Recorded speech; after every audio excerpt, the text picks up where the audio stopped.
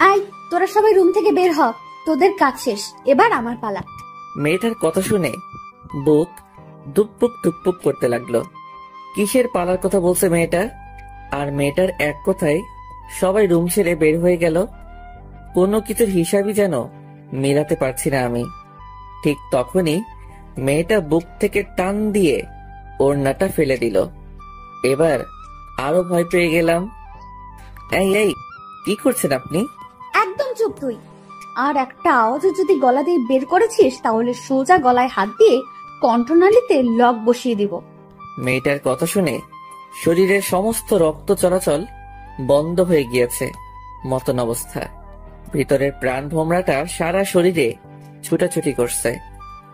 প্রাণ ভোমরাটা চাচ্ছে কোথাও গিয়ে লুকিয়ে পড়তে, যেখান থেকে কোনো দিনও এই মেয়ে খুঁজে বের করতে না পারে। মেয়েটা হুট করেই আমার উপরে ঝাঁপিয়ে পড়ল। আমি মেয়েটার কর্মকাণ্ড দেখে পুরাই থ হয়ে গেলাম। আয় ছেলে শোন, একদম নড়াচড়া করবি না জানো। নড়াচড়া করলেই সোজা শেষ করে দিব, না হয়তো আমার কাজ শেষ হলে আমি তোকে ছেড়ে দিব। আমি চুপচাপ শুয়ে আছি, কোনো কথাই বের হচ্ছে না মুখ দিয়ে। মেয়েটা এবার বড় ধরনের ঝাটকা দিল আমাকে। সে আমার ঠোঁট জোড়ায় নিজের ঠোঁট বসিয়ে দিয়েছে। সে আমার ঠোঁটে পাগলের মতন স্পর্শ করতে শুরু করে। আমার দুই হাত সে নিজের হাতে পেঁচে নিয়ে নিয়েছে। সে আমায় পাগলের মতন চুমো খাচ্ছে, আর আমি মরার মতন বিছানায় শুয়ে আছি। আমার জায়গায় অন্য কেউ হলে সেও মজা নিত, কিন্তু আমার কেন জানি সমস্ত কিছু বিষের মতো লাগছিল। তাই আমি চুপচাপ হয়ে আছি। কিন্তু মেয়েটা আস্তে আস্তে হায়নার রূপ ধারণ করলো। সে আমার ঠোঁটে নিজের ধারালো দাঁত দিয়ে কামড় বসিয়ে দিল। সাথে সাথে ঠোঁট কেটে ব্লাড বের হতে শুরু করেছে, কিন্তু তাও মেয়েটা তার কাজ চালিয়ে যাচ্ছে। সে আমার রক্তগুলো নিজের ঠোঁট দিয়ে চুষে নিচ্ছে। এইভাবেই অনেকটা সময় অতিবাহিত হয়ে গেছে। একটা সময় মেয়েটা নিজ ইচ্ছায় আমায় ছেড়ে দিল। আয় ছেলে শোন, শহরে এসেছিস কিছুদিন হলো, শহরের হাবভাব হয়তো ভালো করে কিছুই বুঝিস না। তো শোন, কারোর সাথে ইটিস পিটিস করতে যাবি না। আর কেউ তোর সাথে ইটিস পিটিস করতে আসলেও বলবি যে তোর উপরে ত্রিধার হাত পড়ে গেছে। মেয়েটার কথা শুনে আবারও একটা শক্ট খেলাম। আমি শহরে নতুন এসেছি, সেই বিষয়ে মেয়েটা জানলো কি করে? আর তাছাড়া কে এই মেয়ে? তবে নাম তো জানিয়ে দিল যে ত্রিধা। তবে এই নাম ছাড়া তো মেয়েটার বিষয়ে আর বেশি কিছু জানি না। না, মেয়েটার সম্পর্কে জানা দরকার। আচ্ছা, আপনাকে একটা কথা বলার ছিল। হ্যাঁ বল। আমার উপরে কি কারণে এই অত্যাচার? আয় ছেলে, তোর সাহস তো কম না, তুই আমাকে কারণ জিজ্ঞেস করিস? তুই কি জানিস আমি কে? না, জানি না, তাই তো জিজ্ঞেস করলাম। দেখ, মাথা খারাপ করিস না। এই শহরে আমার মুখের উপরে কথা বলবে এমন কেউ নেই। তবে তুই যেহেতু জানতে চাইছিস তাহলে কিছুটা বলি তোকে। শোন, তোকে আমার ভালো লেগেছে, তাই তোর উপরে অধিকার খাটিয়েছি। শোন, আমি ছাড়া অন্য কোনো নারী যেন তোর সংস্পর্শে না আসে, না হয়তো প্রাণ হারাবি। কিছুই বললাম না মেয়েটাকে আর, কারণ বলার মতন কিছুই নেই মেয়েটাকে। এতদিন ধরে দেখে এসেছি যে ছেলেরা মেয়ের উপরে জুলুম আর অন্যায় করে, কিন্তু আজ তার উল্টো দেখলাম। হয়েছে, এবার চলে যা তুই। আমার গাড়ি তোকে তোর বাসা অবধি ছেড়ে দিয়ে আসবে। আমি বিছানা ছেড়ে উঠে পড়লাম। মেয়েটা আমায় রুমে ছেড়ে দিয়ে চলে গেল। আমিও রুম থেকে বের হয়ে গেলাম। রুম থেকে বের হতেই দেখি বাসার সামনে গাড়ি দাঁড় করানো। ত্রিধা নামক মেয়েটা কি এই গাড়ির কথা বলেছে, যেই গাড়ি আমায় বাসায় ছেড়ে দিয়ে আসবে? কিছুই বুঝে উঠতে পারছি না, তাই গাড়ির সামনে দাঁড়িয়ে আছি। তখনই গাড়ির ভিতর থেকে ড্রাইভার চেঁচিয়ে উঠল, এই বেটা, গাড়িতে উঠিস না কেন? তোরে কি ইনভাইট দিয়ে গাড়িতে উঠাতে হবে নাকি? লোকটার কথা শুনে বুঝে গেলাম ত্রিধা নামক মেয়েটা এই গাড়ির কথাই বলেছে। আর কিছু না ভেবে গাড়িতে উঠে গেলাম। লোকটা গাড়ি স্টার্ট করতেই সেই সুন্দরী মেয়ে ত্রিধা সজোরে চেঁচিয়ে উঠল, আয় ড্রাইভার, গাড়ি থামা। ত্রিধার কথা শুনে ড্রাইভার গাড়ি বন্ধ করে দিল। আর দ্বিধা সোজা ভিতর থেকে বের হয়ে এসে ড্রাইভারের কলার চেপে ধরে। আই বাটা, তোকে কে সাহস দিয়েছে ওর সাথে এইভাবে কথা বলার? তোর সাহস তো দেখছি অনেক বেড়েছে। না কিছু বলি না দেখে পিঠে পাকনা গজিয়েছে। ম্যাম, আমার ভুল হয়ে গেছে, আজকের পরে এমন আর হবে না। আজকের মতো সাবধান করে দিলাম, পরের বার থেকে ওর সাথে যদি কোনো ধরনের বাজে ব্যবহার করিস তাহলে সোজা পিঠের চামড়া উঠিয়ে ফেলবো। মনে রাখবি, সে আমার অনেক কাছের মানুষ। মেয়েটার এমন ধারা আচরণ দেখে বেশ অবাক হলাম, কিন্তু কিছু না বলে গাড়িতে উঠে গেলাম। ড্রাইভার গাড়ি ড্রাইভ করে আমায় বাসায় ছেড়ে দিয়ে আসলো। আমি বাসায় নামতেই দেখি মুন্না দাঁড়িয়ে আছে। কি রে, তুই এতটা সময় কোথায় ছিলি? আর তোর ঠোঁটের এই অবস্থা কেন?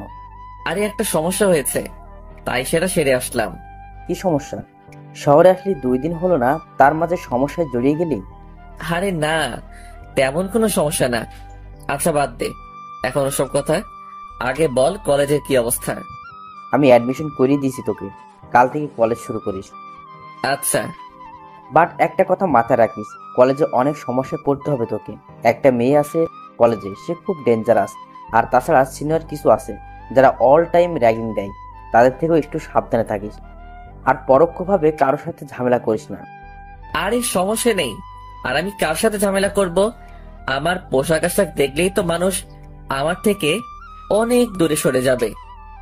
আমার মতন ছোট লোকের সাথে ওসব কেউ করবে না। আকাশ, তুই নিজেকে এতটা ছোট করিস কেন? হ্যাঁ, তুই কি মানুষ না নাকি? আর তাছাড়া তোর সাথে আজ 1 বছর ধরে পরিচয় আমার। আমি জানি তুই মনের দিক দিয়ে অনেক বড়, সো নিজেকে একদম ছোট করবি না। আচ্ছা ঠিক আছে। তারপর মুন্নার সাথে অনেকটা সময় বাসায় বসে আড্ডা দিলাম। তারপর সে চলে গেল। আর সবার তো মোটামুটি আইডিয়া হয়েই গিয়েছে যে আমি এই শহরে নতুন। তাহলে আসুন পরিচয়টা দিয়ে আর একটু ক্লিয়ার করে দেই। আমার নাম আকাশ মাহমুদ, অনার্স 2য় বর্ষে পড়াশোনা করছি। পরিবার বলতে কেউ নেই আমার, তবে মানুষের কাছে এটুকু শুনেছিলাম যে আমার মা আর বড় বোন নাকি বেঁচে আছে, তবে তারা কোথায় থাকে কেউ জানে না। তাদের কোনো ঠিকানাই কারোর কাছে নেই। আমি ছোট থেকে একজনের কাছে মানুষ হয়েছি। তিনি আমার মায়ের মতোই ছিলেন, কিন্তু কিছুদিন আগে তিনি মারা গিয়েছেন। তাই সেই শহর ছেড়ে এখানে চলে এসেছি, কারণ সেই শহরটা আমার জন্য যন্ত্রণাদায়ক হয়ে উঠেছিল। আর বাকি সমস্ত কিছু গল্পের সাথে থাকলেই জানতে পারবেন। সেদিনের মতন রাতটা কাটিয়ে দিলাম। পরের দিন সকালবেলা ঘুম থেকে উঠে মুন্নার অ্যাডমিশন নিয়ে দেওয়া কলেজে চলে গেলাম। যেতে যেতে মুন্নার সাথে যোগাযোগ করে নিয়েছি। কেউ আমার সাথে একত্রে কলেজে যায়, কারণ সেও আমার ক্লাসমেট। মুন্না আর আমি কলেজের গেট দিয়ে ঢুকবো, ঠিক তখনই কয়েকজন ছেলে এসে মুন্নাকে ধাক্কা দিয়ে ফেলে দেয়। এই ছেলে, তাড়াতাড়ি এখান থেকে চলে যা, কলেজে নতুন মুরগি এসেছে, তাই তাকে র্যাগিং দিব। আর তুই যাতে কোনো রিয়াক্ট না করিস, তাই আগ থেকেই পানিশমেন্ট দিয়ে দিলাম। ছেলেগুলোর কথা শুনে মুন্না সেখান থেকে চলে গেল। মুন্না যেতেই ছেলেগুলো আকাশকে ঘিরে ধরলো। কি রে ছোট লোকের বংশধর, তুই এই কলেজে চান্স পেলি কি করে রে? তোর জামা কাপড়ও তো আমাদের মতো অতটা হাই কোয়ালিটির না। আমি চুপচাপ নিচের দিকে তাকিয়ে দাঁড়িয়ে আছি। কি রে, তোর কথা কানে যাচ্ছে না? হ্যাঁ, কথার জবাব দে। আকাশ কোনো কথা না বলায় ঠাস করে আকাশের গালের মধ্যে চড় বসে দেয় সেই ছেলেটা। আকাশ থাপ্পড় খেয়েও চুপ, সে গালে হাত দিয়ে দাঁড়িয়ে আছে। যাক, সম্মান দিতে জানিস তাহলে। কথা না বলায় একটা থাপ্পড় মেরেছি, কথা বললে আরো কয়েকটা খেতি। চুপচাপ থাকায় একটাই থাপ্পড় মারলাম। তবে তুই এই কলেজে আসায় আমাদের একদিকে লাভ হয়েছে, কারণ আমরা একজন পার্সোনাল কাজের ছেলে পেয়ে গেছি। তোকে যখন তখন কাজে লাগাতে পারবো। এই কি বলিস তোরা? হ্যাঁ দোস্ত, তুই ঠিক বলেছিস। এই শোন, আজ থেকে তুই আমাদের কর্মচারী। আমাদের জন্য সব সময় নাস্তা পানি আনা নেয়া তুই এই করবি। আর এখন শোন, আমার পা অনেক ব্যথা করছে, পাগুলো টিপে দে দেখি। ছেলেগুলোর কথা শুনে মেজাজটা চরম লেভেলের খারাপ হচ্ছে, কিন্তু কিছুই করার নেই।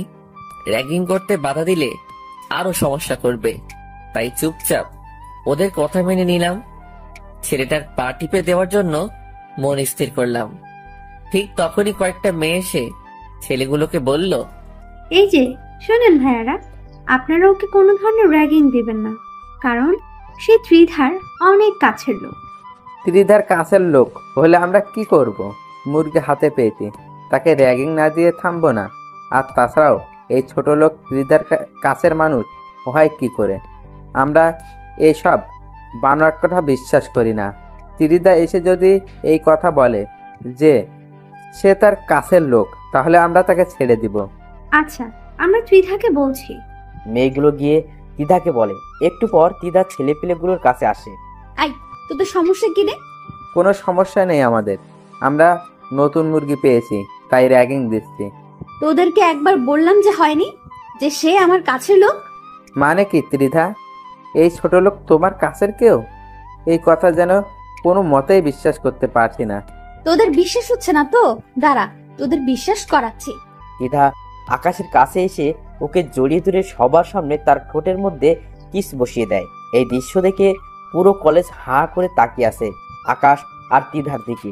পুরো কলেজের সকলকেই তাক লাগিয়ে দিয়েছে তিধার এমন কর্মকাণ্ড। সবার চোখ জোড়া কপালে উঠে গেছে তিধার আচরণে। কিছুক্ষণ পর তিধা আকাশকে ছেড়ে দেয়। কিরে, এবার বিশ্বাস হলো তো? তিধার প্রশ্নের উত্তর দেওয়ার পরিস্থিতিতে যেন কেউ নেই, সবাই হতভম্ব হয়ে দাঁড়িয়ে আছে। কিরে, সবার মুখের বুলি কোথায় গেল? ত্রিধা, কি করে সম্ভব এমনটা? কি করে সম্ভব সেটা তো নিজের চোখেই দেখলি, তাহলে এবার ছাগলের মতো চেঁচাচ্ছিস কেন? তিধার কথা শুনে সবাই চুপচাপ হয়ে যায়, কারণ তিধার মুখের উপরে কথা বলবে এমন কারোর বুকের পাটা হয় নাই। আয় ছেলে, চল তুই আমার সাথে। তিধা আকাশের হাত ধরে টানতে টানতে একটা জায়গায় নিয়ে গিয়ে বসায়। আকাশ চুপচাপ বসে আছে। শোন, কলেজে সবাই জেনে গেছে যে তোর উপরে তীর্থা হক জমিয়েছে। আজকের পর আর কেউ সাহস করবে না তোর সাথে বেয়াদবি করার। আর তোর গাল লাল হয়ে আছে কেন? তার মানে কি সেই ছেলেগুলো তোকে র্যাগিং দিয়েছে? আমি চুপচাপ দাঁড়িয়ে আছি, কোনো কথা না বলে।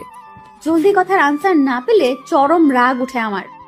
প্রথমবারের মতন মাফ করে দিলাম, তো এবার বল যে সেই ছেলেগুলো কি তোকে র্যাগিং করেছে? না, র্যাগিং করেনি, কারণ র্যাগিং করার আগেই আপনার মানুষ চলে আসে। তবে থাপ্পড় মেরেছে তারা আমায়। খুব লেগেছে তাই না তোর? তুই টেনশন নিস না, ওদের কি হাল করিস সেটা খালি তুই দেখতে থাক।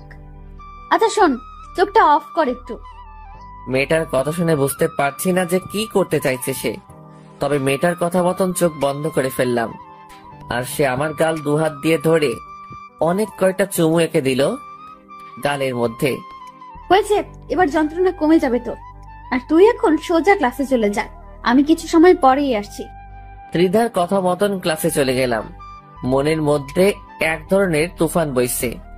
কি চায় ত্রিধা আমার কাছে? কেন সে আমার সাথে এমন অদ্ভুত আচরণ করে? হাজারটা প্রশ্ন ঘুরপাক খাচ্ছে ভিতরে, কিন্তু এর কোনো উত্তরই যেন মনে হয় আমি পাবো না। তারপর ক্লাসে চলে গেলাম। স্যার এবং ক্লাসের সকলের সাথে পরিচিত হয়ে নিলাম। সবাই আমার দিকে চোখ পাকিয়ে তাকিয়ে আছে আমার ড্রেস আপ দেখে। আমি লজ্জায় মাথা নুইয়ে রেখেছি। স্যার ক্লাস করতে শুরু করেছে। আজ কলেজের প্রথম দিন, কেমন যেন বেখাপ্পা লাগছে সবকিছু। তবে আশা করি সেটা সময়ের সাথে সাথে চলে যাবে। মুন্না আমার পাশেই বসেছে। সে কিছুক্ষণ পর পর আমার দিকে চোখ পাকিয়ে তাকাচ্ছে, হয়তো কিছু বলতে চায়, কিন্তু স্যার ক্লাস নেওয়ায় কথা বলতে পারছে না। আমি সেই দিকে ভ্রুক্ষেপ না করে ক্লাসে মন দিলাম। কিছু সময় ক্লাস করার পর হুট করে সেই মেয়েটা আমাদের ক্লাসে আসে। সেই মেয়েটা বলতে ত্রিধা আর কি। তারপর সে এসে স্যারকে বলে, স্যার, আমার কিছু কথা বলার আছে সবার উদ্দেশ্যে। হ্যাঁ ত্রিধা, বলো। সবাইকে উদ্দেশ্য করে বলতেছি। এই সেকশনে একটা নতুন ছেলে এসেছে, যার নাম হলো আকাশ। সে আমার প্রিয় মানুষ। ওর সাথে ইটিস পিটিস করার চেষ্টা করবে না কেউ। আমি যদি জানতে পারি যে কেউ ওর সাথে উল্টাপাল্টা কিছু করার ট্রাই করেছে, তাহলে সোজা মেরে কোমায় পাঠিয়ে দেবো। তিধার কথা শুনে একজন বলে ওঠে, যে না পোশাক আশাকর, ওকে দেখতে তো ছোট লোকের মতো মনে হয়। ওর সাথে কে ওসব করতে যাবে? মেয়েটার কথা শুনে তিধার চরম পর্যায়ে রাগ উঠে যায়। সে সোজা এসে মেয়েটার গালে ঠাস ঠাস করে কয়েকটা থাপ্পড় লাগিয়ে দেয়। তাই মেয়ে, নিজেকে কি মনে করিস? হ্যাঁ, তার পোশাক আশাক তোদের মতো নামি দামি না দেখে কি সে মানুষ না? নাকি তোরা টাকার গরমে আসমানে চলাফেরা করছিস? কোনটা? দিদার ধমকে মেয়েটা চুপ হয়ে যায়। কিরে, কথা বলছিস না কেন? আমার ভুল হয়ে গেছে। এবারের মতন মাফ করে দিলাম। সবাইকে আবারও বলছি, সে যেমনই হোক না কেন, সে আমার প্রিয় বান্দা। ওর দিকে কেউ আঙুল তুললেও তার আঙুল আমি ভেঙে দেব। আর তোমরা সবাই ওর দেখাশোনা করবে, কারণ আমি এই সেকশনের স্টুডেন্ট না। তাই ওর দেখাশোনা করতে একটু সমস্যা হবে, তাই তোমাদের দায়িত্ব দিয়ে গেলাম। সবাই ওকে দেখে রাখবা। আয় ছেলে শোন, ক্লাস শেষে আমি কলেজের গেটে অপেক্ষা করব। তুই বাসায় যাওয়ার আগে একবার আমার সাথে দেখা করে যাবি। তিধা সবার উপরে তার হুকুমত চালিয়ে চলে গেল। এদিকে ক্লাসের সবাই এবং স্যার সহ টাস্কি খেয়ে আছে তিধার কথায়। কারোর মুখে কোনো সাউন্ড নাই, আর সাউন্ড করবেই কি করে? তিধার কথায় পুরো ক্যাম্পাস চলে। তিধার কাছে কলেজের সিনিয়ররাও র্যাগিং খায়। ক্লাসরুমটা পুরো নিস্তব্ধ হয়ে গেছে মুহূর্তের মধ্যে। স্যার ক্লাসের পরিবেশ ফিরিয়ে আনতে লেকচার দেওয়া শুরু করে। সবাই স্যারের লেকচার শোনায় মন দেয়। দেখতে দেখতে অনেক কয়টা স্যার এসে এসে ক্লাস শেষ করিয়ে গেল। ছুটির ঘন্টা বাজিয়ে দিয়েছে। সবাই টেবিল থেকে নিজের ব্যাগ উঠিয়ে কাঁধে নিয়ে নিল। তারপর যে যার মতন চলে যেতে শুরু করলো। আচ্ছা আকাশ, একটা কথা বলতো, দ্বিধা তোকে নিয়ে কি শুরু করেছে? আর কিসের প্রিয় মানুষ দাবি করেছে তোকে? সে তো আমি নিজেও জানি না কোথাকার প্রিয় মানুষ, কোনখানের প্রিয় মানুষ। তুই যদি নাই জানিস তাহলে ক্লাসরুমে এসে এভাবে সবাইকে শাসিয়ে গেল কেন? আরে মুন্না, সত্যি আমি কিছু জানি না। আচ্ছা, না জানলে আর কি করা, চল এবার বাড়ি চলে যাই। মুন্না, তোর কি মনে নেই যে সে আমায় ক্লাস শেষ করে দেখা করতে বলেছে? ও হ্যাঁ, যা গিয়ে দেখা করে আয়। আচ্ছা, আমি গিয়ে দেখা করে আসছি, তুই একটু দাঁড়া। মুন্নাকে দাঁড় করিয়ে রেখে ত্রিধার কাছে চলে গেলাম। কলেজের মোট দুটো গেট, একটা দিয়ে আমরা বের হব, আরেকটা দিয়ে সেই সুন্দরী ত্রিধা নামক মেয়েটা বসে আছে। ত্রিধার কাছে যেতেই বড় ধরনের একটা শক খেলাম। ত্রিধা সেই ছেলেগুলোকে মেরে সারা শরীরে মায়ের ছাপ টুকে দিয়েছে। শুধু তাই নয়, ছেলেগুলোর শরীরে কোনো কাপড়ই নেই, শুধু আন্ডারওয়্যার পরে সবাই লাইন ধরে দাঁড়িয়ে আছে। কি হলো তো তোদের শাস্তি? বলেছিলাম না ওদের অবস্থা আমি খারাপ করে দেব? তো দেখ, দিয়েছি ওদের অবস্থা খারাপ করে। তোর গালে থাপ্পড় দেওয়ার ফল ওরা পেয়েছে। মেয়েটার কথা শুনে বুকটা ধড়ফড় করছে। কি করে সম্ভব এসব? সে কলেজের সবার উপরে নিজের হুকুম মতো চালাচ্ছে। কেউ ভয়ে তার মুখের উপরে একটা কথাও বলছে না। সবকিছু যেন মাথার উপর দিয়ে যাচ্ছে আমার। কিরে, কথা বলছিস না যে? আচ্ছা থাক, কথা বলতে হবে না। তুই একটা কাজ কর, তুই গা থেকে শার্টটা খুলে ফেল। ত্রিধার কথা শুনে চমকে উঠলাম। কি সব বলছে এই মেয়ে আমাকে? আমি চুপ করে দাঁড়িয়ে আছি। কিরে, কথা কানে জানি তোর? তোকে বলেছি গা থেকে শার্টটা খুলতে। আমার অনেক লজ্জা লাগছে, প্লিজ আমাকে এভাবে শাস্তি দিয়েন না। আমি কোনো ভুল করে থাকলে আপনি আমার গায়ে হাত তুলতে পারেন। আকাশের কথা শুনে তিধা এবার সেই রকমের রেগে যায়। সে আকাশের কলার ধরে এক টান দিয়ে তার শার্ট ছিঁড়ে ফেলে। কথা বেশি বলিস যে, এটা তার ফল। ভালোই ভালোই আমার কথা শুনলে এমনটা করতে হতো না আমাকে। তো এবার দেখি, আমার কাছে এক। আমি ঠাই সেখানে দাঁড়িয়ে আছি, লজ্জায় মাথা কাটা যাচ্ছে মতন অবস্থা। আশেপাশে যারা ছিল সবাই আমার দিকে চোখ পাকিয়ে তাকিয়ে আছে। তুই কি আমার কাছে আসবি নাকি আবার অন্য পন্থা অবলম্বন করতে হবে আমাকে? ত্রিধার এমন কথা শুনে তাড়াতাড়ি ওর কাছে চলে গেলাম। না হয় এবার কি করে বসবে কে জানে। তার কাছে যেতেই সে আমার কোমরে তার দুই হাত দিয়ে পেঁচিয়ে ধরলো। তারপর বুকের মাঝখান বরাবর পাগলের মতন চুমু খেতে শুরু করলো। যাদেরকে ত্রিধা শাস্তি দিয়েছে তারা চোখ পাকিয়ে তাকিয়ে আছে আমাদের দিকে। তখনই ত্রিধা বলে ওঠে, আই, তোরা এদিকে তাকিয়ে তাকিয়ে কি দেখছিস? হ্যাঁ, জীবনে কি আর কোনোদিন রোম্যান্স দেখিসনি মনে হয়? তাড়াতাড়ি সব কয়টা চোখ নামা, না হয় সব কয়টা চোখ তুলে নিব একদম। ত্রিধার ঝাটকি খেয়ে ছেলেগুলো নজর ফিরিয়ে দেয়। আর ত্রিধা আমার বুকে চুমু খাওয়া বাদ দিয়ে নিয়ে ব্যাগ খুলে একটা নতুন শার্ট বের করে।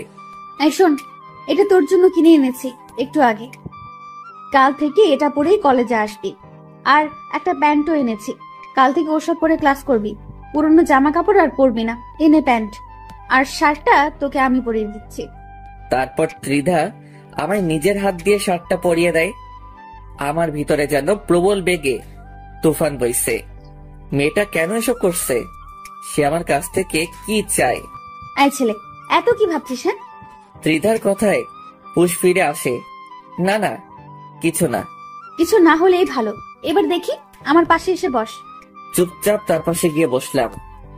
তার পাশে বসতেই সে রোমান্টিক ভাবে আমার কাঁধে মাথা রেখে হেলান দিয়ে বসে। মেয়েটার আচরণ দেখে আমি যেন কোনো এক শূন্য মহাশয়ে ভাসছি, যেখানে কোনো কিছুর অস্তিত্ব নেই, যেখানে আছে শুধু এই মেয়ের আশ্চর্যজনক ভালোবাসা। আচ্ছা শোন না, ওদেরকে কি মাফ করে দিব? আমি তো জানি না, ওদের বিষয়ে আপনি না ভালো বলতে পারবেন। এই, তোকে বলতে বলেছি, তো তুই বলবি। আচ্ছা আচ্ছা, মাফ করে দিন। এই, তোরা চলে যাক, তোদের মুক্তি মিলে গেছে। আমার প্রিয় তোদেরকে মাফ করে দিতে বলেছে। ত্রিধার কথা শুনে ছেলেগুলো চলে গেল। শুধু আমি আর ত্রিধা সেখানে বসে আছি। ঠিক তখনই হুট করে পেছন থেকে কেউ একজন এসে আমাকে ধাক্কা মারে। আমি সেভাবে প্রস্তুত না থাকায় ধাক্কার প্রেসারে মাটির উপরে গিয়ে ছিটকে পড়লাম। আমার সাথে সাথে ত্রিধাও পড়ে গেল। মাটি থেকে উঠে ঘাড় ঘুরে পিছনে তাকাতেই অবাক হয়ে গেলাম, কারণ যে আমায় ধাক্কা দিয়েছে সে আর কেউ না, সে হলো মুন্না। কিন্তু সে হঠাৎ আমায় এভাবে ধাক্কা দিয়ে ফেলে দিল কেন? এটা রহস্যই যেন খুঁজে পেলাম না। মুন্না, কি করলি এটা তুই? আকাশ, সরি, আই এক্সট্রিমলি সরি। বিশ্বাস কর, আমি ভেবেছিলাম যে তুই আমায় না জানিয়ে অন্য কারোর সাথে ইটিস পিটিস করছিস, কিন্তু আমি জানতাম না যে এটা আমাদের কলেজের সেই লিডার মেয়ে। আর তাছাড়া আমি মস্কারি করে ধাক্কা দিয়েছি, আমি ভাবতেও পারিনি যে তোরা এভাবে পড়ে যাবি। মুন্না, এভাবে কেউ মস্কারি করে? হ্যাঁ, কারোর যদি কোনো ক্ষতি হয়ে যেত তখন কি করতি? সত্যি আমি বুঝতে পারিনি রে। আচ্ছা থাক, হয়েছে। আমি ত্রিধার দিকে হাত বাড়িয়ে দিলাম তাকে মাটি থেকে ওঠানোর জন্য, কিন্তু সে আমার সাপোর্ট না নিয়ে মাটি থেকে উঠে দাঁড়িয়ে গেল আর মুন্নার দিকে অগ্নি দৃষ্টিতে তাকিয়ে আছে। আমার বুঝতে বাকি রইল না যে ত্রিধা এখন মুন্নাকে কাঁচা গিয়ে খেয়ে ফেলবে। ত্রিধা হুট করে দৌড়ে গিয়ে পাশে পড়ে থাকা একটা কাঠের টুকরো নিয়ে আসলো। তারপর সে তেড়ে ফুড়ে মুন্নার দিকে এগিয়ে যায়। এই জানোয়ারের বাচ্চা, তুই কোন সাহসে এসে ধাক্কা দিয়েছিস আমাদেরকে? আমার ভুল হয়ে গেছে, প্লিজ আমায় মাফ করে দিন। তোর মাফের গুষ্টি মার। বলে ত্রিধা ধম করে একটা বাড়ি বসিয়ে দেয় মুন্নার শরীরে। মুন্না বাড়ি পেয়ে সাথে সাথে দৌড়ে গিয়ে আকাশের পিছনে লুকায়। আকাশ, প্লিজ তুই আমাকে বাঁচা, আমি ভুল করে এমনটা করেছি, আর কোনোদিনে এমন কিছু করব না আমি। এই যে প্লিজ, আপনি ওকে মাফ করে দিন। সে বুঝতে পারে নাই, না বুঝে এমনটা করেছে। এই ছেলে, চুপ একদম। ওকে আজকে আমি জন্মের শিক্ষা দিয়ে ছাড়বো, আর তুই সরে যা ওর সামনে থেকে, না হয় কিন্তু তোকেও মেরে হাড়গোড় ভেঙে ফেলবো। প্লিজ আপনি শান্ত হন। এই, তোর শান্তর গুষ্টি মারি। রাখ তোর শান্ত তোর কাছে। ত্রিধা আজকে পুরোপুরি খেপে গিয়েছে। সে দৌড়ে গিয়ে মুন্নাকে আবার মারতে শুরু করে। আকাশ যে তাকে বাধা দিচ্ছে সেটাতেও সে মানছে না। সে মুন্নাকে মারতে মারতে মাটিতে ফেলে দেয়। ত্রিধার এমন রাগ দেখে আকাশের বুঝতে বাকি নেই যে আজ খারাপ কিছু ঘটবে। না, মেয়েটাকে থামানো দরকার, কিন্তু কি করে থামাবো তাকে? মাথায় যেন কিছুই কাজ করছে না, মাথায় পুরো জটলা পেকে গেছে। তৎক্ষণাৎ আর কিছু না পেয়ে ত্রিধাকে পেছন থেকে গিয়ে ঝাপটে জড়িয়ে ধরলাম। 2 হাত দিয়ে তাকে পেঁচিয়ে নিয়ে শক্ত করে জড়িয়ে ধরেছি।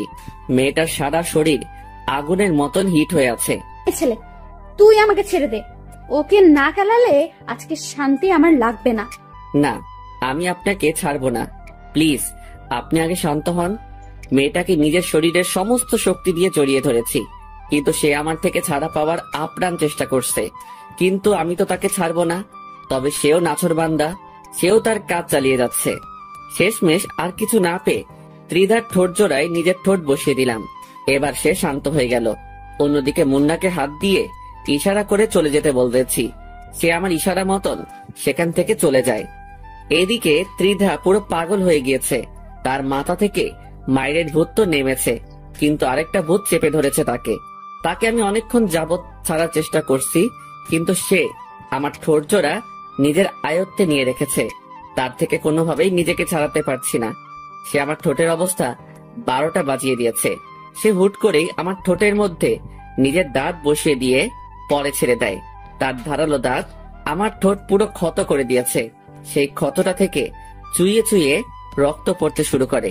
আমি অবাক চোখে ত্রিধার দিকে তাকিয়ে আছি। এই ছেলে, এইভাবে তাকিয়ে থেকে কোনো লাভ নেই। সবে মাত্র তোর ঠোঁটে স্পর্শ করেছি, এখনো তোর সারা শরীর বাকি আছে। ধীরে ধীরে তোর সারা শরীরে স্পর্শ করব আমি। তোর সারা শরীর আমার, শুধু তোর শরীর না, পুরো তুইটাই আমার। আচ্ছা শোন, এখন বাসায় চলে যা তুই। আমার একটা কাজ আছে, আমি সেটা সেরে বাসায় যাব। আমি সেখান থেকে সোজা বাসায় চলে আসলাম। মনে মনে খালি একটা কথাই বাড়ি খাচ্ছে, এই মেয়েটা কি কোনো ভ্যাম্পায়ার নাকি? না, হয়তো এমনটা কেন করে সে? না দেখি এর শেষ কোথায় হয়। তারপর বাসায় এসে ফ্রেশ হয়ে নিলাম। তারপর খাবারটা শেষ করে বিছানায় গা এলিয়ে দিয়ে ফেসবুকিং করছি। হঠাৎ এই নিউজ ফিডের একটা পোস্ট সামনে এলো। অনেক কয়টা ছেলেকে নাকি একইভাবে মেরে গাছের সাথে লটকে রেখেছে রংবাজ নামক কোন একটা গ্যাংয়ের ছেলে পেলে। এই নিউজ দেখে বুকের ভিতরে ছ্যাত করে উঠল। এই রংবাজ গ্যাং আবার কোথা থেকে উৎপত্তি হলো? এদের কি খেয়ে দিয়ে কোনো কাজ নাই নাকি? তোর মূর্খ সব কয়টা। এসব বিষয়ে আমি নাক না ঘামালেও চলবে। তারপর কিছুটা সময় ফেসবুকিং করে ঘুমিয়ে গেলাম। বিকাল বেলায় ঘুম থেকে উঠতেই মুন্না ফোন দিল। আকাশ, ধন্যবাদ রে আমাকে ওই মেয়ের হাত থেকে বাঁচানোর জন্য। তুই না থাকলে সেই মেয়ে আজ আমাকে মেরেই ফেলতো। আরে বাদ দে ওসব কথা, বন্ধু বন্ধু বিপদে না আসলে কিসের কি? হ্যাঁ সেটাই।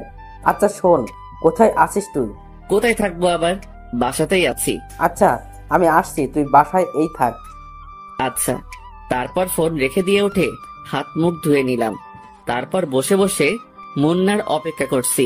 একটু পর এই দরজায় কড়া নাড়ালো কেউ। উঠে গিয়ে দরজা খুলে দিলাম। দরজা খুলতেই দেখি ত্রিধা দরজার সামনে দাঁড়িয়ে আছে। ত্রিধাকে দেখে বিশাল রকমের একটা শক খেলাম। এই, আপনি এখানে কেন? সেই কৈফিয়ত কি তোকে দিতে হবে নাকি? না তা না, আসলে হঠাৎ করে আসলেন তো তাই। আমার যখন ইচ্ছা হবে তখনই তোর কাছে আসবো। তো এবার ভেতরে ঢুক, আর টিভি থাকলে চালু কর। একটু পর টিভিতে একটা রোমান্টিক মুভি দিবে, দুজনে বসে বসে মুভি দেখবো। আর আমি পপকর্নও নিয়ে এসেছি, সেই মজা হবে আজকে। ত্রিধার কথা মতন ভাঙাচোরা টিভিটা চালু করে দিলাম। তারপর দুজনে বসে বসে টিভি দেখছি।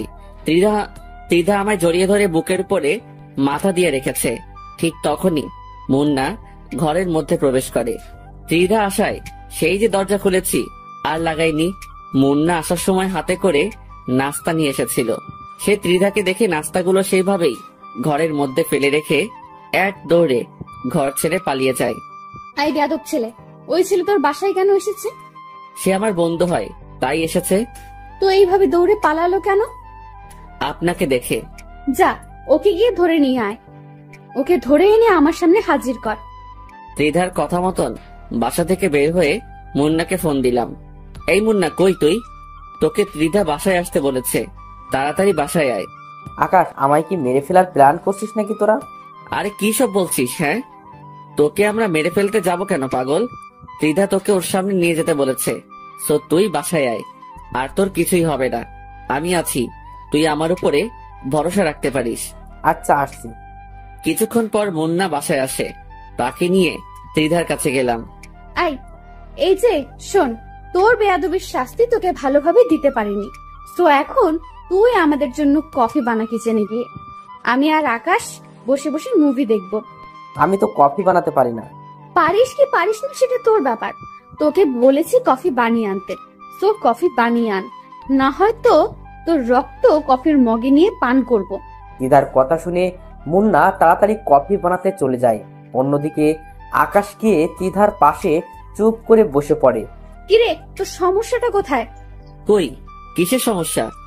তুই এভাবে বসেছিস কেন? শুরুতে কি এভাবে বসেছিলি? না। তাহলে আগের মতো আমায় জড়িয়ে ধরে বস। ত্রিধার কথা মতন ওকে আবার জড়িয়ে ধরলাম। সেও আমায় জড়িয়ে ধরে বুকের মধ্যে মাথা রাখলো।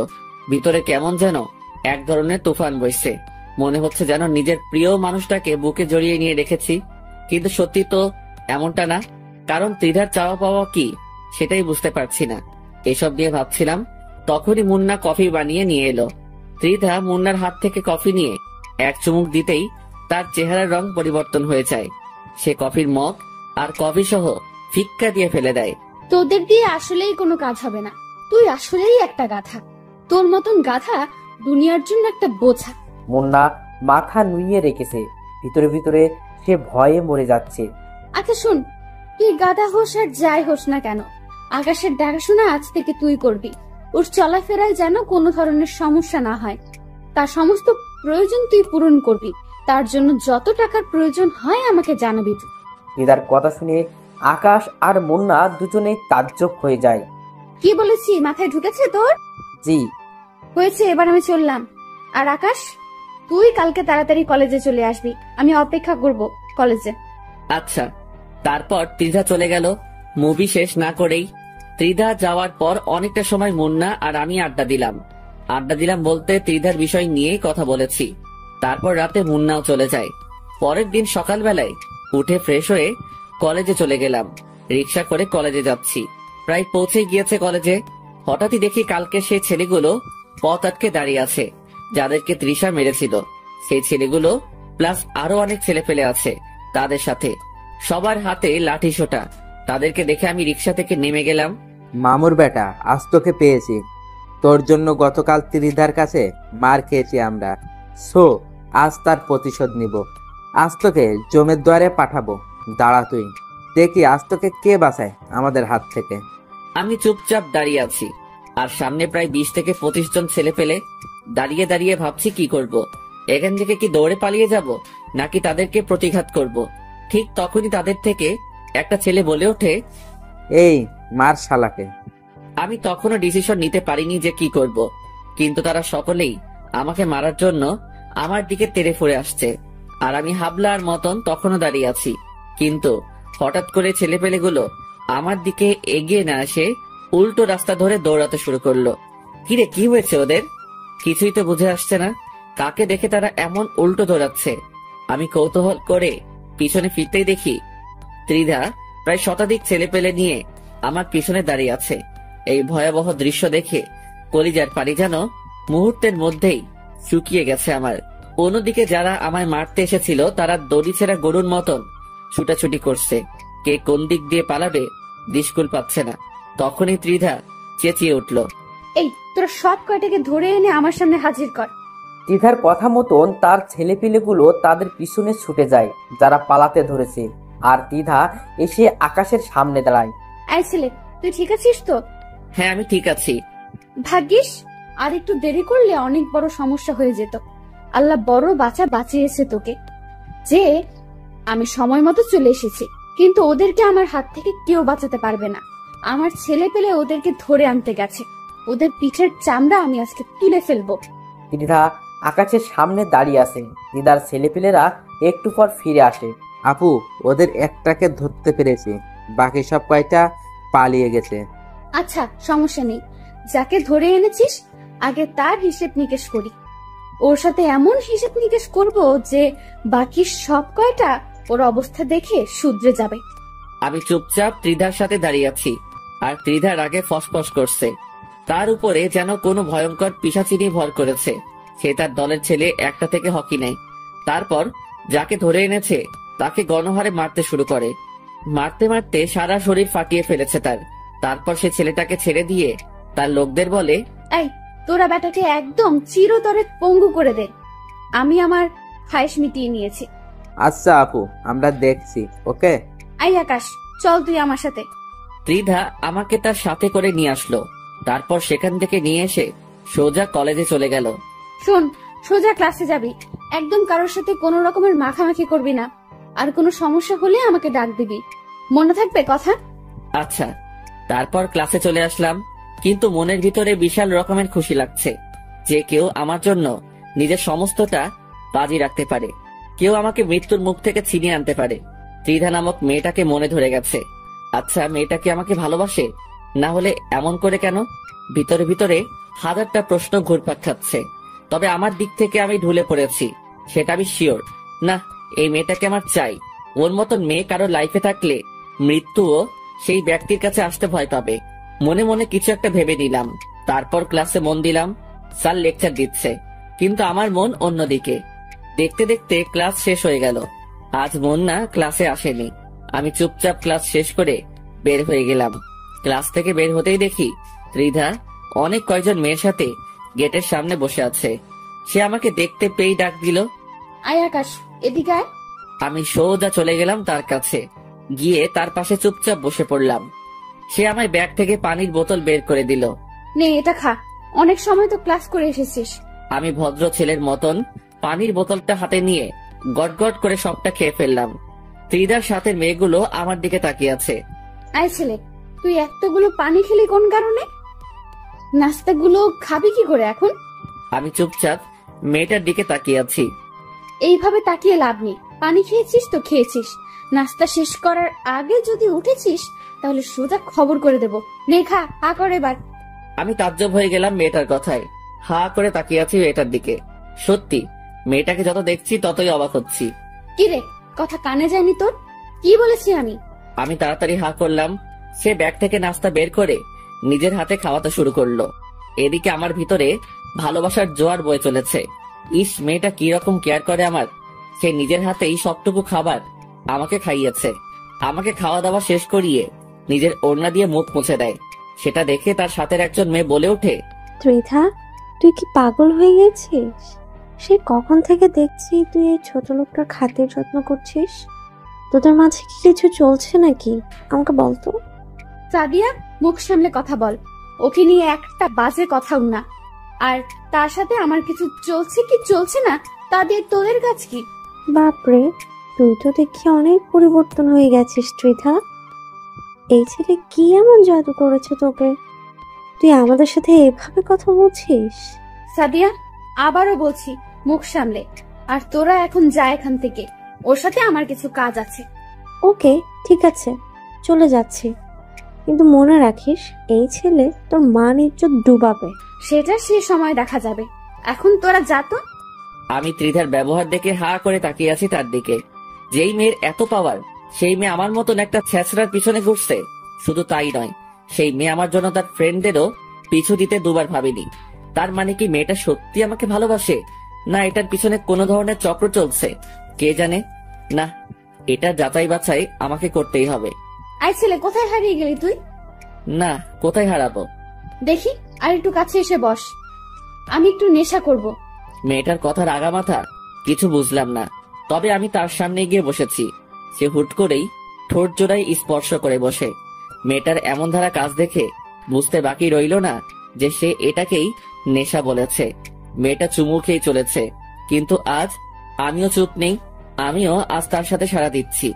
এতদিন সে আমায় প্রেসার দিয়ে আমার ঠোঁটে স্পর্শ করেছে, কিন্তু আমি কোনো সাড়া দেইনি। কিন্তু আজ কেন জানি তার উল্টো করলাম। আজ তার মোহে পড়ে গেছি। পাগলের মতন চুমু খাচ্ছি দুজন দুজনকে, কিন্তু হুট করে সে আমাকে ধাক্কা দিয়ে সরিয়ে দিল। আই ছেলে, বাসায় চলে যা তুই। না, আমি যাব না। যাবি না মানে? আমি আপনাকে জড়িয়ে ধরবো। কি পাগল হয়ে গেছিস মনে হয়? না, আমার মতন মাথায় পিঠ তরুণ নড়ে গেছে। সে যাই হবে হোক, আমি জড়িয়ে ধরবো। কথা যেটা বলেছিস সেটাই। সোজা এখন বাসায় চলে যাবি তুই। আচ্ছা আচ্ছা, ঠিক আছে, যাচ্ছি আমি। তারপর চলে আসতে ধরলাম সেখান থেকে, কিন্তু মেয়েটা আমার পিছন থেকে ডাক দিল, আয় আকাশ, শোন।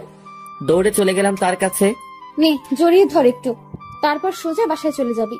ত্রিধার কথা শুনে খুশিতে নাগিন ড্যান্স দিতে ইচ্ছে করছে। তাড়াতাড়ি ত্রিধাকে জড়িয়ে ধরলাম। কিছুক্ষণ জড়িয়ে ধরে সেখান থেকে চলে আসলাম। ত্রিধার কথা মতন সোজা বাসায় এসেছি। বাসায় এসে সেভাবে শুয়ে পড়লাম। শরীর অনেক ক্লান্ত লাগছে আজকে, আর তাছাড়া খেয়েই তো এসেছি। সেভাবে ঘুমিয়ে পড়লাম। এক ঘুমে মাগরিবের সময় উঠেছি। ঘুম থেকে উঠে হালকা পাতলা ফ্রেশ হয়ে নিলাম, তারপর পড়তে বসলাম। কিন্তু পড়ায় মন বসছে না। ভিতরে খালি একটাই জিনিস সেট হয়ে আছে, সেটা হলো ত্রিধা।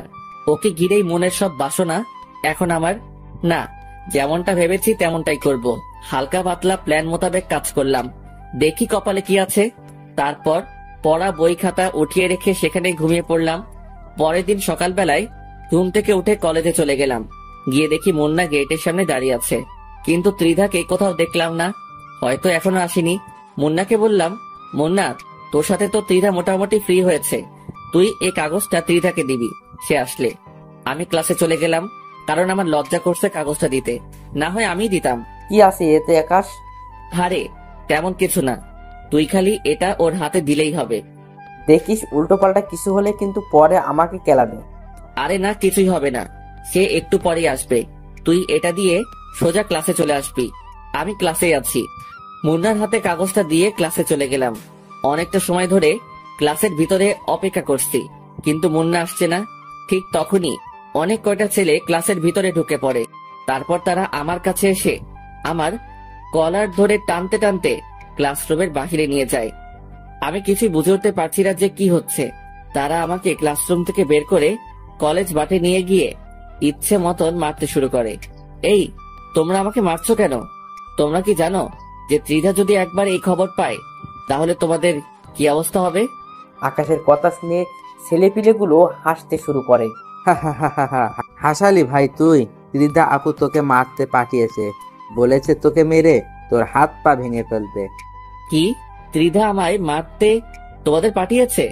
হ্যাঁ, তিনি তোকে মারতে পাঠিয়েছে। আকাশ ছেলেপিলেগুলোর কথা শুনে চমকে ওঠে। ঠিক সেই সময় ত্রিধা সেখানে আসে। কি রে কুকুরের বাচ্চা, তোর সাথে একটু ভালো ব্যবহার করেছি বলে তুই ধরে নিয়েছিস যে আমি তোকে ভালোবাসি? হ্যাঁ, আপনি তো আমাকে ভালোই বাসেন, না হয়তো আমার কেয়ার করতেন না। আকাশের কথা শুনে ত্রিধা আরো খেপে যায়। সে পা থেকে জুতো খুলে আকাশের গালে ইচ্ছে মতন অনেক কয়টা বাড়ি বসিয়ে দেয়। ছ্যাঁচড়ার বাচ্চা, সেসব কোনো ভালোবাসা ছিল না। সেসব আমি একজনের সাথে বাজি ধরে করেছি। বাজি বলতে একটা গেম খেলছিলাম, সেখানে আমি ডেয়ার নেওয়ায় আমার ফ্রেন্ড আমাকে বলে যে তুই চোখ অফ কর, তারপর চোখ খোলার পর ফার্স্ট যাকেই চোখের সামনে দেখতে পাবি তাকেই পটিয়ে দেখাতে হবে। তার থেকে প্রেমের প্রপোজাল নিতে হবে। সেদিন চোখ খোলার পর তুই সামনে চলে এসেছিস, তাই তোর থেকে প্রপোজাল পাওয়ার জন্য এসব করতে হয়েছে আমাকে। না হয়তো তোর মতন 2 টাকার ছেলেকে খেয়ে ভালোবাসতে যাবে। আসলে ভুলটা আমারই ছিল যে আমি নিজের স্ট্যাটাস ভুলে গিয়ে তোর মতন ছ্যাঁচড়ার সাথে এতদিন চলেছি। না হয়তো তোর মতন ছোট লোক কোনোদিনও আমাকে এই প্রপোজ লেটার দিতে পারতো না। যদিও ফিনিশ করেছি, কিন্তু তোর থেকে প্রপোজাল পেয়ে ঘৃণা লাগছে অতিরিক্ত মাত্রায় নিজের কাছে। নিজেকে ভালো করে একবারও আয়নায় দেখেছিস কখনো? নাচতে নাচতে এসেছিস আমাকে প্রপোজ করতে। কোথায় তুই আর কোথায় আমি? আমি হলাম শহরের নাম করা রংবাজ গ্যাংয়ের লিডার, যার পেছনে হাজার হাজার ছেলে ঘুরে। তাছাড়া আমার বাবাও শহরের নামি দামি লোক। আর তুই সেই মেয়েকে প্রপোজ করতে চলে এসেছিস জানোয়ার। মার তোরা বেটাকে, মেরে একদম সারা শরীর ফাটিয়ে ফেলবি ওর। ত্রিধার কথা শুনে কলিজার পানি পুরো শুকিয়ে গেছে। নিজের কাছে নিজেকে এতটা অসহায় লাগছে যা বলে বোঝাতে পারবো না। কিন্তু সে কাজটা ভালো করলো না, আর সে আমায় গ্যাংয়ের পাওয়ার দেখাচ্ছে যে সে রংবাজ গ্যাংয়ের লিডার। অথচ আমি যদি একবার নিজের ফুল ফর্মে চলে আসি তাহলে সে নিজেই কবর খুঁড়ে নিজেকে নিজেই দাফন করে দিবে। ছেলেপেলেগুলো আমার বেধড়ক মারতে শুরু করে, আর আমি অসহায়ের মতন মায়ের খেয়ে চলেছি। মুন্না পাশেই দাঁড়িয়ে আছে। সে আমায় বাঁচানোর জন্য যে এগিয়ে আসবে সেই সাহস সে করতে পারছে না। তারা আমায় মারতে মারতে সারা শরীর ফাটিয়ে ফেলে, তাও তাদের খায়েশ মিটেনি। আমি পাগলের মতন মাটির উপরে পড়ে গেলাম। এখনই যেন জ্ঞানটা হারিয়ে ফেলবো আমি। ঠিক তখনই একটা ছেলে আমার তলপেট বরাবর সজোরে এক লাথি মারে। লাথিকে মাগো বলে চিৎকার করে উঠলাম। এত ভয়ঙ্কর রকমের যন্ত্রণা হচ্ছিল যে টিকতে না পেরে বমি করে দিলাম। তারা আমার এই ভয়াবহ অবস্থা দেখে মুক্ত করে দিল আমাকে। আই থাক, আর মারিস না ছোট লোকটাকে, না হয়তো পরে সোজা উপরেই চলে যাবে, তারপর আরেক বিপদ বাঁধবে তখন। ত্রিধার কথা মতন ছেলেপিলগুলো মার বন্ধ করে দেয়। তারপর তারা চলে যায়। তারা চলে যেতেই মুন্না দৌড়ে আসে আকাশের কাছে। এই আকাশ, ঠিক আছিস তো তুই? দেখি, উঠে দাঁড়া। মুন্না আকাশের হাত ধরে তাকে মাটি থেকে উঠায়। এই আকাশ, তোর অবস্থা তো বেশি একটা ভালো না, চল তোকে নিয়ে হসপিটালে যাই। তার কোনো প্রয়োজন নেই, তুই ক্লাসে চলে যা, আর আমি বাসায় চলে যাচ্ছি। এই আকাশ, তুই কি পাগল হয়ে গেলি? হ্যাঁ, তোর শরীরের অবস্থা একবারও দেখছিস তুই? মুন্না, আমি তোকে বলেছি তুই ক্লাসে চলে যা। না, আমি ক্লাসে যাব না। আমি এখান থেকে তোকে নিয়ে সোজা হসপিটালে যাব। এই মুন্না, তোকে আমি বলেছি হসপিটালে যেতে, তুই তারপরেও আমার মুখের উপরে কথা বলছিস কোন সাহসে? খুব জোর চেঁচিয়ে বলে। মুন্না আকাশের ভয়ঙ্কর চেহারা দেখে ভয় পেয়ে যায়। আচ্ছা আচ্ছা, আমি ক্লাসে যাচ্ছি, কিন্তু প্লিজ তুই সোজা গাড়ি নিয়ে বাসায় চলে যা। হ্যাঁ, আমি বাসায় চলে যাব, তুই এখন ক্লাসে যা। আচ্ছা, চললাম। মুন্না ক্লাসে চলে গেল, আর আমি সেখান থেকে চলে আসলাম। মাথা যেন চরকির মতন ঘুরপাক খাচ্ছে। সচ্ছলভাবে হাঁটার শক্তিটাও হারিয়ে ফেলেছি, কিন্তু তাও আমি নিজের জোরে কলেজ থেকে বেরিয়ে গেলাম, কারণ এত পরিমাণ লজ্জা লাগছে নিজের কাছে যা বলে বোঝাতে পারবো না। তারা যখন আমায় মেরেছে তখন পুরো কলেজ আমার দিকে চোখ পাকিয়ে তাকিয়েছিল। আজকের পর পুরো কলেজ আমায় বাঁকা চোখে দেখবে। সবার চোখে কালার হয়ে গেলাম এই যাত্রায়। রাস্তা দিয়ে হাঁটছি আর এসব কথা ভাবছি, কিন্তু হঠাৎ এই মাথাটা বিশাল রকমের চক্কর দিয়ে উঠল। আমার সমস্ত দুনিয়াদারি ঘুরতে শুরু করলো। চোখে যেন আর কিছুই দেখতে পাচ্ছি না। হুট করেই মাথায় হাত দিয়ে রাস্তার মাঝে বসে পড়লাম। ঠিক তখনই কোথা থেকে যেন অল্প বয়সী একটা মেয়ে দৌড়ে আসে আমার দিকে। এই যে কি হয়েছে আপনার? আর আপনার সারা শরীরে এইসব কিসের দাগ? আমার মাথা অনেক ঘুরছে আর এসব চোট পেয়ে হয়েছে। দেখি চলুন আপনি আমার সাথে, পাশেই আমার বাসা, সেখানে কিছুটা সময় রেস্ট নিয়ে বাসায় চলে যাবেন না হয়। ইস, কতখানি লেগেছে আপনার। মেয়েটার কথা শুনে ভিতরটা ফেটে যাচ্ছে, কারণ সেও মেয়ে আর ত্রিধাও একটা মেয়ে। এই মেয়ে আর ত্রিধার ভিতরে আকাশ পাতাল ব্যবধান। কেউ মেরে মানুষের ভিতরটাকে জখম করে দিচ্ছে, আর কেউ সে মানুষটাকে বাঁচানোর জন্য হাই হতাশ করছে। মেয়েটা আমায় ধরে ধরে তার বাসায় নিয়ে গেল, তারপর আমায় রুমের মাঝে নিয়ে গিয়ে সোফায় বসিয়ে দিল। পরে সে ভিতরে গেল। এদিকে আমার যন্ত্রণা আরো বেড়ে গেছে, আর টিকে থাকতে পারলাম না। সেইভাবেই জ্ঞান হারিয়ে ফেললাম। 3 দিন পর জ্ঞান ফিরে এসেছে। জ্ঞান ফিরে আসতেই দেখি আমি বিছানার উপরে শুয়ে আছি, আর পাশে সেই মেয়েটা আর একজন মহিলা বসে আছেন। সম্ভবত মেয়েটার মা উনি। এখন কেমন লাগছে বাবা তোমার? জি ভালো। আজ 3 দিন পর তোমার জ্ঞান ফিরেছে। এই 3 দিনে কতটা টেনশন হচ্ছিল জানো? কি 3 দিন পর আমার জ্ঞান ফিরেছে মানে? হ্যাঁ বাবা, আমার মেয়ে তোমার বাসায় নিয়ে আনার পর এই তুমি জ্ঞান হারিয়ে ফেলেছো, আর আজ এই তোমার জ্ঞান ফিরেছে। মহিলাটার কথা শুনে চোখ কপালে উঠে গেল। আজ 3 দিন আমি অচেতন। কি থেকে কি হচ্ছে সব? আচ্ছা বাবা, তোমার এমন অবস্থা কি করে হলো? আসলে কি বলবো, লজ্জার কথা, তবুও বলছি।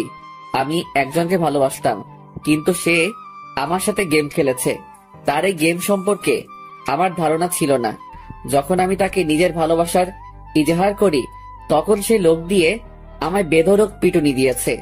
মানুষের মনুষ্যত্ব বলতে কি কোনো কিছুই নেই নাকি? আসলে দুনিয়াটা আজ খারাপ মানুষদের দখলে। এই যে আমার মেয়েটাকে দেখেছো? তার বাবাকে আমি ভালোবেসে বিয়ে করেছিলাম, কিন্তু সে আমার পুরো দমে মেরে দিয়েছে। পরিশেষে না পেরে তাকে ছেড়ে দিয়ে চলে এসেছি। কিন্তু মানুষটা নাকি কিছুদিন আগে মৃত্যু হয়েছে। তার মৃত্যুর খবর শুনে আমার বিন্দু পরিমাণ আফসোস হয়নি, কারণ সে তার পাপের ফল পেয়েছে। বাবা, তুমি চিন্তা করিও না। যে তোমার সাথে খারাপ আচরণ করেছে সেও সঠিক সময়ে তার শাস্তিটা পেয়ে যাবে। হয়তোবা পাবে।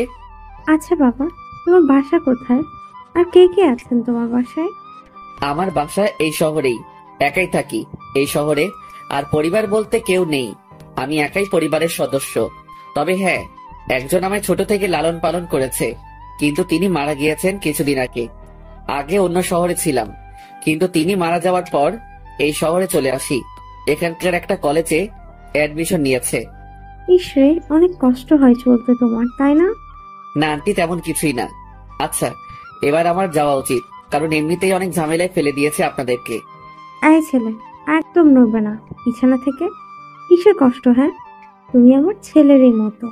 সো কোথাও যাবে না এখন তুমি। যতদিন তুমি সুস্থ হবে না ততদিন তুমি এখানেই থাকবে। মা বয়সী মানুষটার কথা শুনে হা করে তাকিয়ে আছি।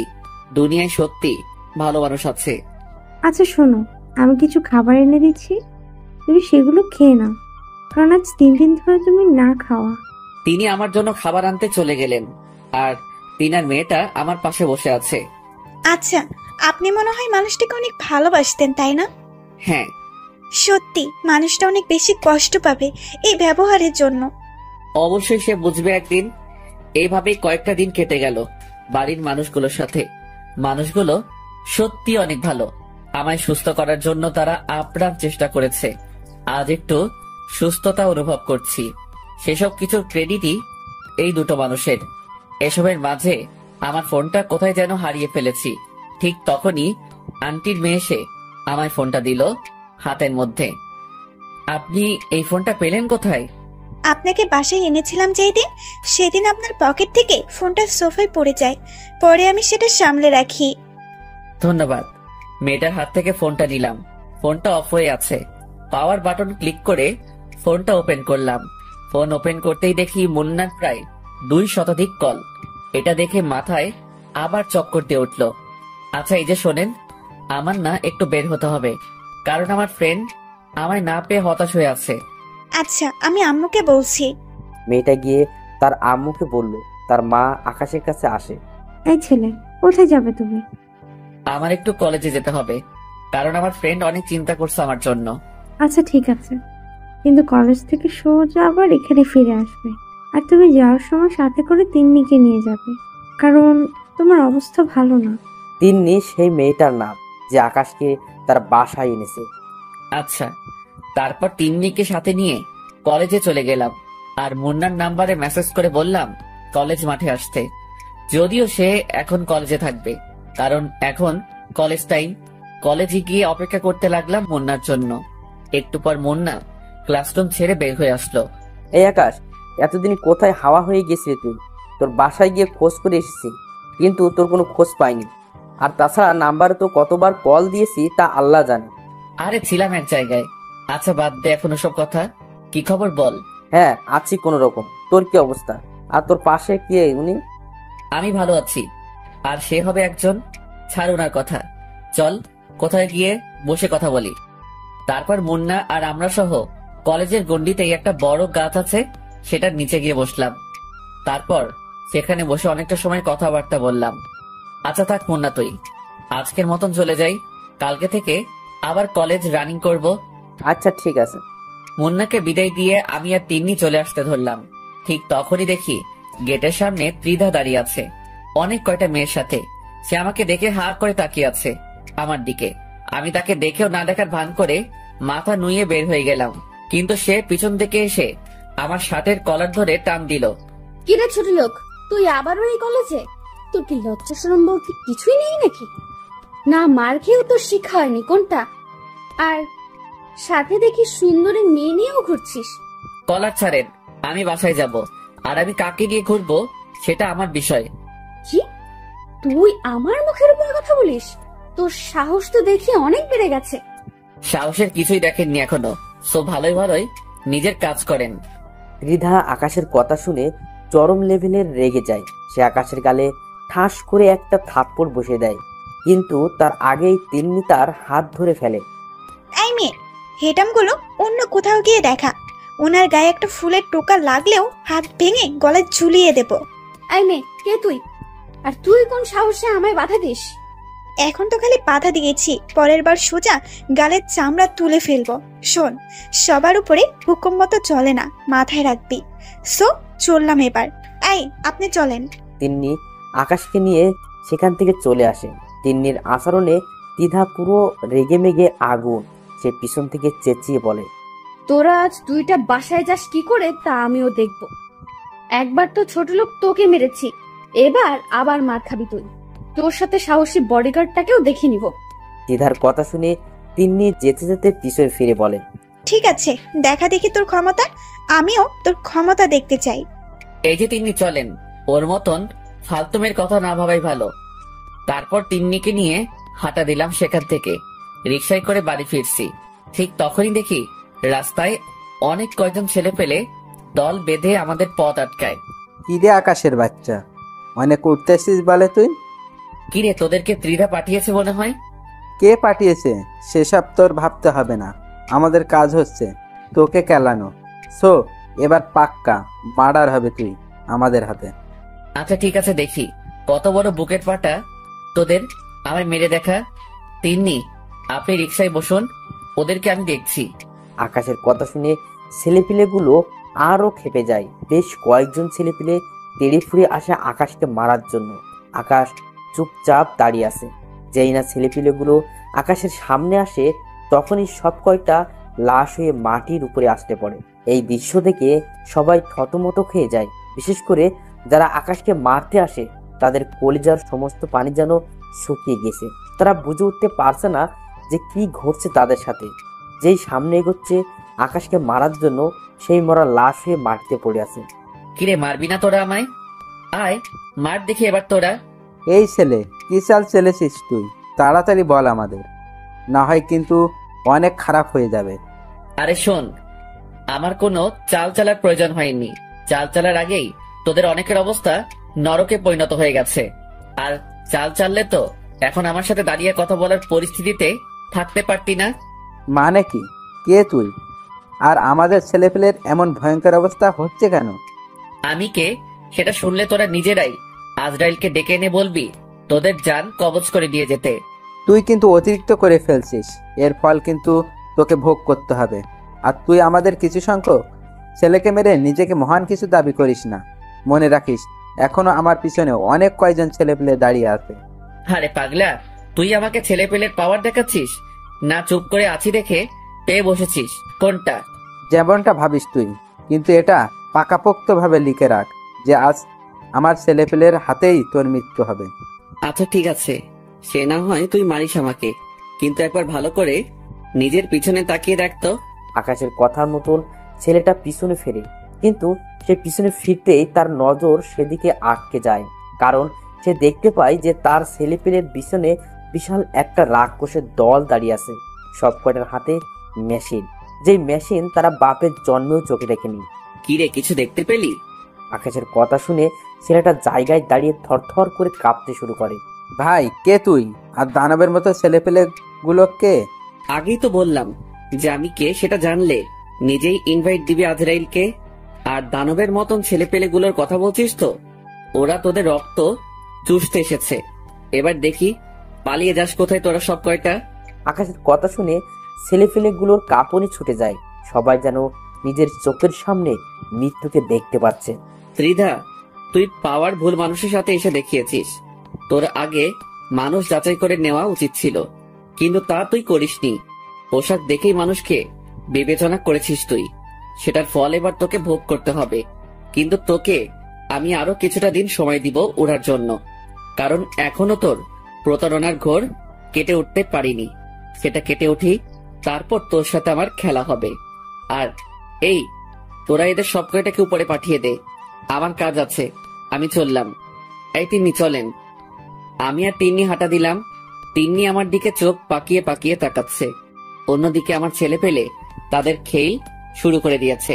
কিন্তু হুট করেই যে ছেলেটা এতটা সময় আমার সাথে কথা বলেছে, সে এসে আমার পায়ের উপরে হুমড়ি খেয়ে পড়ে।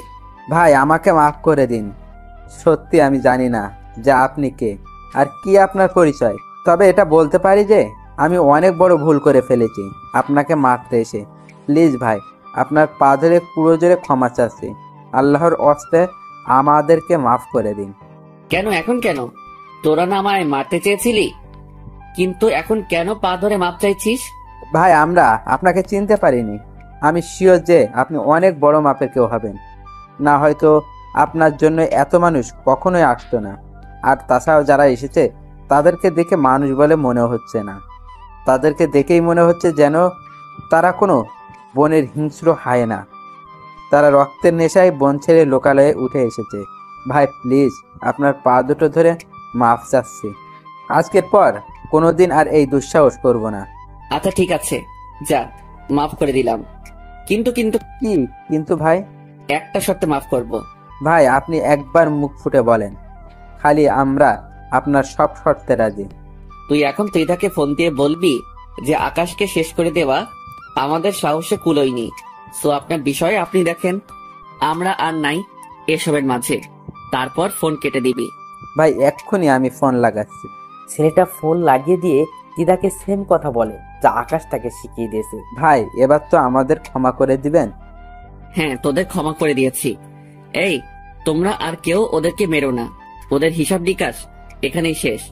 আর শোন, তোদেরকে যেন এসবের মাঝে আর কোনোদিন না দেখি। আর যারা এখন আমায় মারতে এসে নিজেকে শেষ করেছে, তাদের লাশ জানাজা দিয়ে মাটির নিচে দাফন করে দিবি।